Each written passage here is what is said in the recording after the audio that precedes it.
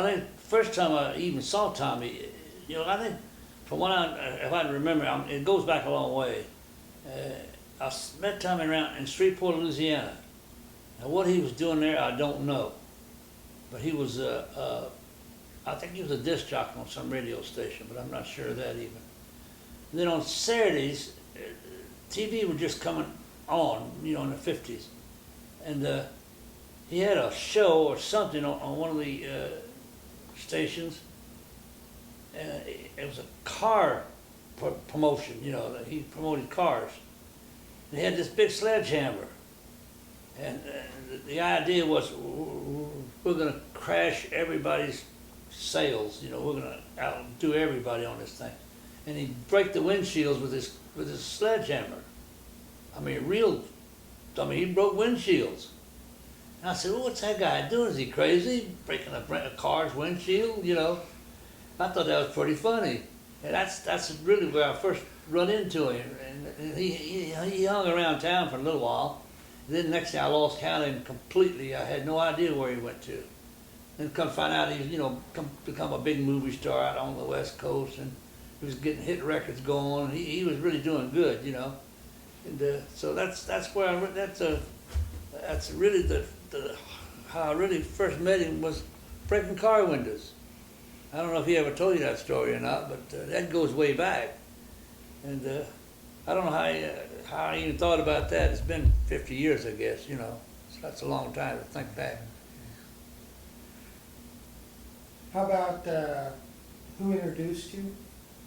Well, no, he was just around town. You know, that's right. When you're around town, everybody kind of knows everybody, you know. And I might have run into him at the station or something, I don't know. And then he went to the West Coast, and I didn't see him for a long time. I did see him, maybe 10 years ago, maybe 15 years ago, at the club on the strip out there. Him and Glenn and Tommy was there. That's the first time I'd seen him in, like I say, years and years and years.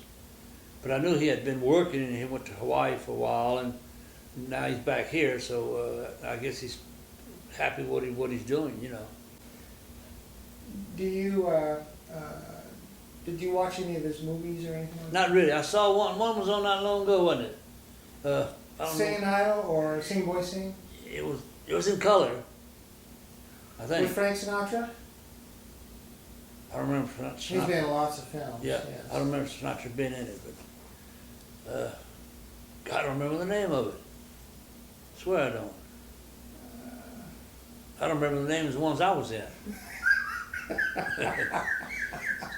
Somebody said, what films are you in? I said, I don't have any idea. And I don't. I never think about it, you know. Now, I know that Scotty was with on the hayride. Yeah. Did you? I was too. Yeah. Okay. And so you were around Tillman? Oh yeah, it was always around. Tillman was always there. Okay. What were some of your memories about Tommy at that time in the Louisiana hayride? Well, he was like everybody else. We all just go out and do, like the Great North Operas. Now you go out there and do a couple of songs, and you're off for a while, and you go back and do a couple more songs, you know. And Tillman was kind of a honcho around there. He was, I guess, a booking agent. Him and Pappy Covington. Pappy was down there. They had a little agency together, and that's how I knew Tillman. And I think Pappy's dead now, but that's how I met Tillman. When Elvis's first record come out, they called me up. Tillman did. He said, "Come down to the office. I want you to hear something." So I went down there, and they played "That's All Right, Mama." I said, "Man," I said, "what a great record." It was unusual, it was different, the echo stuff going on in there. I said, "How many pieces are on that record?" He said, "Just 3 guys." I said, "It sounds like 6 or 8 people on that thing, you know." So they said, "Well, we're planning on inviting him down here, you know. This is his first little release, and, you know, we'll just test him out here." And he come in, it was lukewarm, you know. It was an older, basically country crowd, you know. And they wasn't sure what he was doing. You know, he was kind of moving around a little bit and jumping around, Bill slapping his bass and jumping on top of it.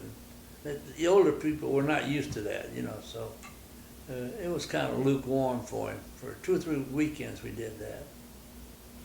Was Jimmy and Johnny around? Yeah, Jimmy and Johnny were there. Yeah, they were good. They were probably the best known act around there, I think, because they sang good, they wrote good stuff.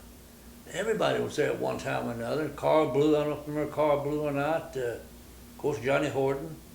Nat Stuckey come later. He was a disc jockey there at KW. Claude King, David Houston, everybody that was anybody that was a country artist come through there at one time or another. George Jones, Johnny Cash, Jerry Lee. I mean, it was probably the second best show except the Grand Ole Opry. And I always called it a stepping stone. You go to the hayride and you get well known, and all of a sudden you're at the Grand Ole Opry. To me, that was a stepping stone to the big show, you know. Was Tommy a really go-go guy? Was he just going? Yeah, he was good. Tommy was a good singer. You know, like I say, if I remember right, he was a disc jockey at that station. But I'm not sure which one it was now. There wasn't that many stations in town, actually. KW was the biggest one. Then they had some 1,000-watt stations, you know, stuff like that.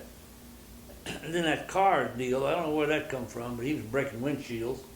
And I thought that was the craziest thing I've ever seen in my life, breaking, you know, windshields out of a car. Of course, back then they probably would have been $35 or $40 to replace them. But now they're several $100, you know, if you have to replace the windshield. You guys traveled to Texas together? Yeah, we went to Texas. We went to Longview, Tyler, Kilgore, Houston. We went all over Texas. We worked Texas, I guess, 1.5 years or 2 years before we went anywhere else hardly. He was hot in Texas. I mean, just that, because the station went that way. It was a 50,000 watt. It went from Texas all the way up to Seattle, Spokane, all the way up north, you know, and up in the Northwest. Hey, Tommy, it's good to talk on your program here, and I hope it works out real great for you. And I know this guy is good because he talks good. Your producer here, he's doing a good job here. And we're just sitting around doing nothing, basically, talking about you. Tommy, we did it, man. And this is for you, and we send love back to you, and we hope that you're doing fine. And until I see you, just want to say hello here from Tennessee, and I'm here with DJ. And yeah, you got to come and see us one of these days, Tom. You get out of the warm weather. Well, I'm Gordon Stoker, and I've been singing with the Jordanaires for 56 years. Started when I was very young. Now, I started in 1950, and so that makes 56 years, and I have enjoyed it immensely. I have worked with some wonderful people.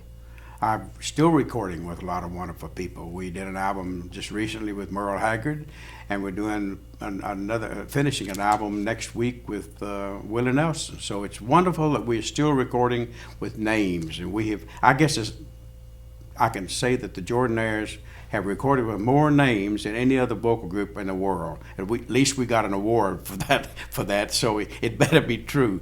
But we have been very blessed. We've always been blessed, and it's just been wonderful. And I met Tommy Sands in 1957 when we did Sing Boy Sing album for Ken Nelson with Capitol Records, and we did several sessions with him. I think every hit that he had, we were singing on, oohing and ahhing, as we call it. And then we did some sessions with him in the 60s.